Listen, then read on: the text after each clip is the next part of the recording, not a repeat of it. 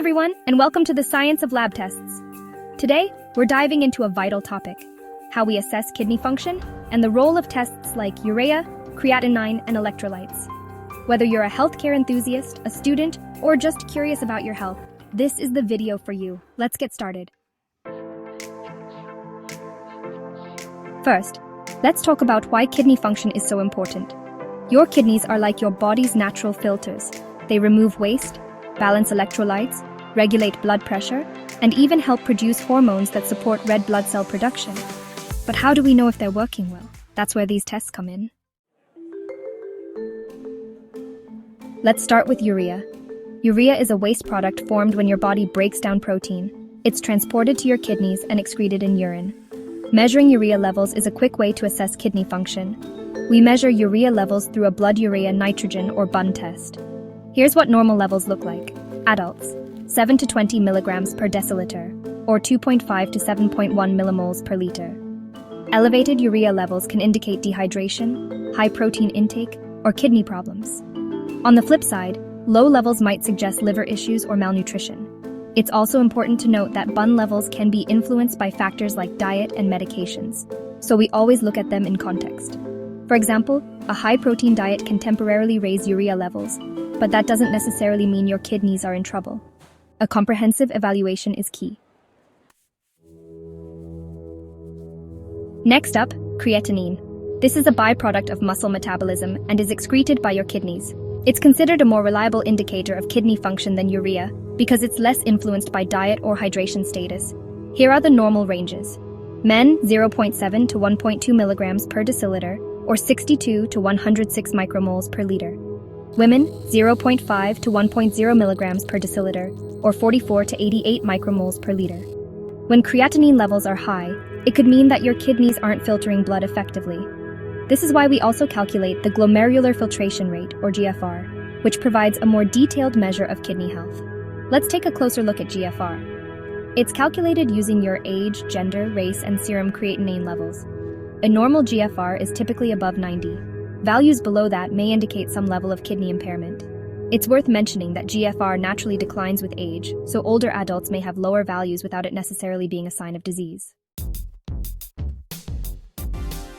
Now let's talk about electrolytes. These are minerals like sodium, potassium, chloride, and bicarbonate that help your body perform essential functions. Your kidneys play a critical role in keeping these minerals balanced. Let's break down each one. Sodium, for example, helps regulate blood pressure and fluid balance. Normal levels are 135 to 145 mmol/L. Potassium, on the other hand, is crucial for heart and muscle function, with normal levels between 3.5 and 5.0 mmol/L. Imbalances in these minerals can signal kidney issues.